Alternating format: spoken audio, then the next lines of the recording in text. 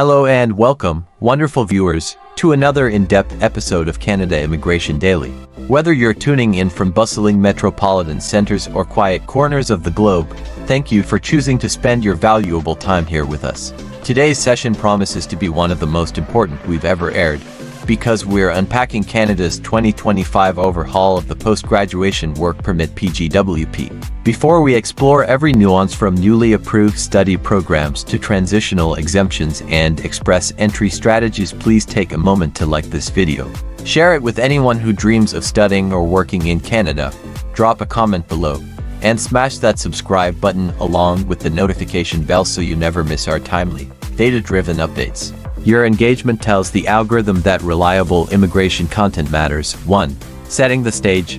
Why this update matters. For years, the PGWP has been the crown jewel of Canada's international education pathway. It allowed graduates from eligible Canadian institutions to work anywhere in the country, full-time, for up to 3 years. That open work authorization often led to eligibility under the Canadian Experience Class CEC or a Provincial Nominee Program PNP, and ultimately, permanent residence PR.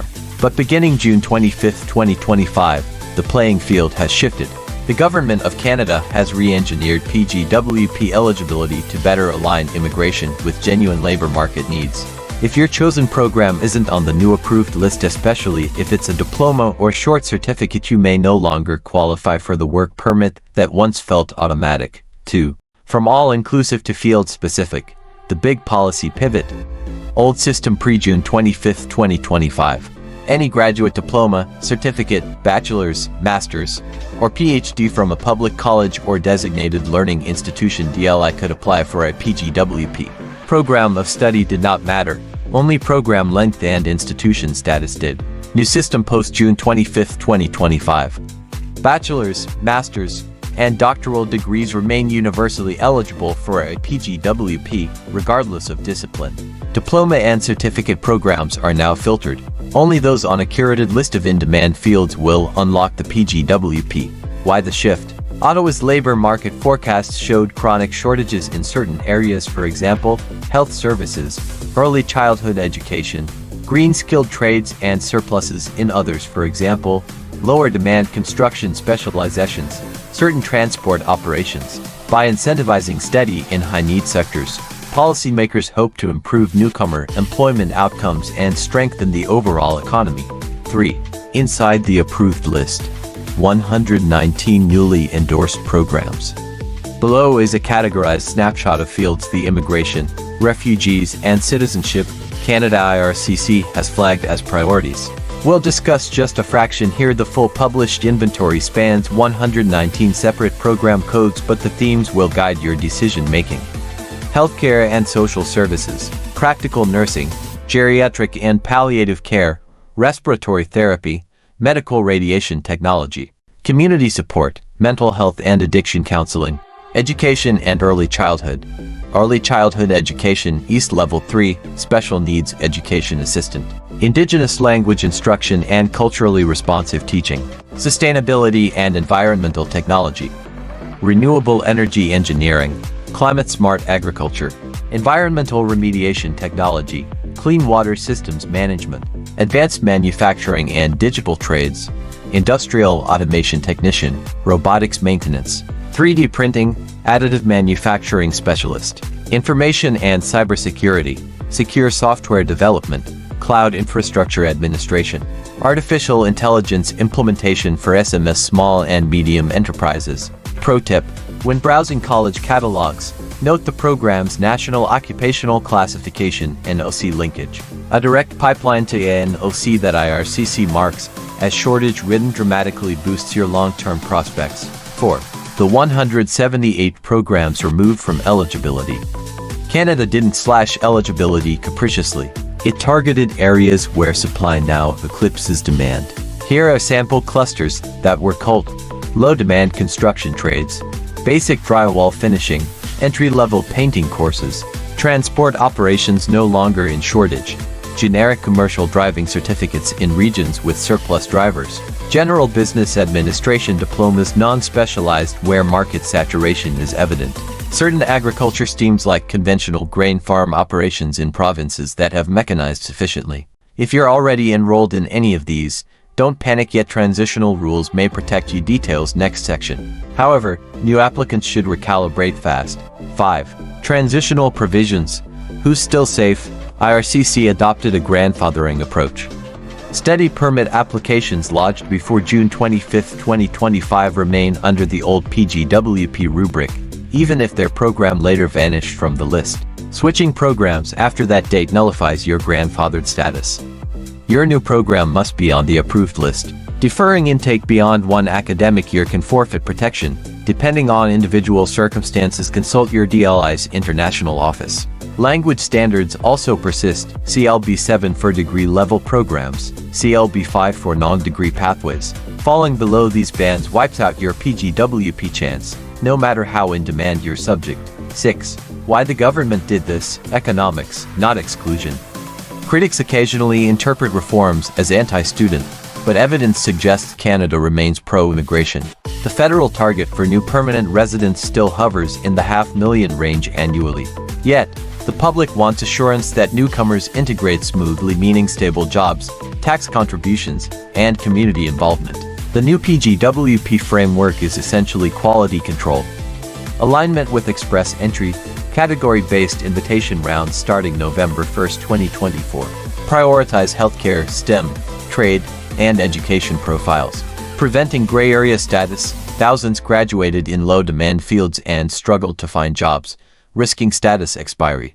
Provincial coordination. Provinces can now better forecast settlement patterns, easing pressure on housing and infrastructure. 7. Building a strategy, step-by-step plan for prospective students. Step 1. Market research. Check federal job bank and provincial labor market outlooks.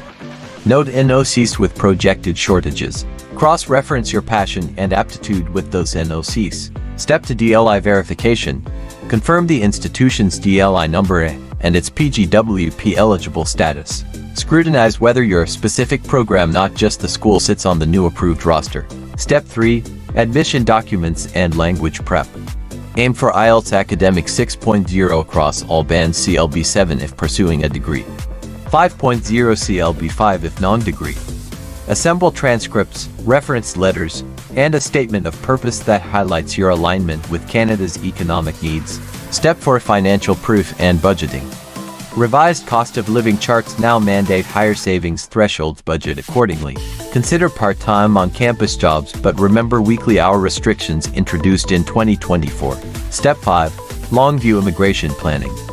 Map your PGWP timeline against express entry or PNP criteria. Factor in provincial retention incentives, for example, Atlantic Immigration Program bonuses for health professionals.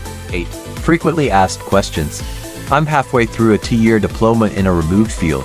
Will I lose my PGWP? Not if your study permit predates June 25, 2025 and you remain in the same program without deferral. Can I enroll into separate 1-year certificates, both on the approved list, and combine them for a 3-year PGWP? Yes, provided both are on the list and the total instructional time meets PGWP length criteria. Does part-time status in final term affect eligibility? Only if part-time status was institutionally mandatory, for example, final semester course load shortages. Otherwise, you must remain full-time. Are private career colleges included anywhere? Only if the private institution secures provincial PGWP pilot approval. Currently, such pilots are rare and region-specific. How soon after graduation must I submit my PGWP application? Within 180 days of receiving written confirmation like an official transcript that program requirements are met. 9. Linking PGWP to express entry and provincial nominee programs. The government's 2025 express entry categories now mirror the PGWP list. That means healthcare graduates can expect regular category-specific draws, sometimes at lower comprehensive ranking system CRS thresholds. Early childhood educators are seeing dedicated rounds of invitations due to nationwide daycare expansions. Skilled trades such as industrial electricians and HVAC technicians may benefit from both federal and provincial draws. Provincial Synergy, British Columbia, tech-focused PNP plus new rural community immigration pilot dovetail neatly with information security diplomas. Ontario, the Human Capital Priorities Stream has flagged nurse aides and personal support workers for fast-track nomination. Alberta, the Rural Renewal Stream offers designated community endorsements to agri-tech grads. 10. Case studies, real-world scenarios.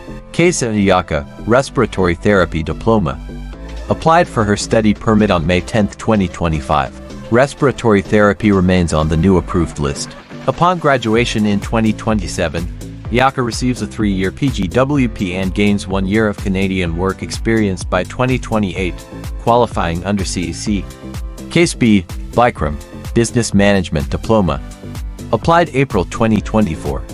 Program removed on June 25, 2025. Since his study permit predates the cutoff and he never switched majors, Vikram is still PGWP eligible.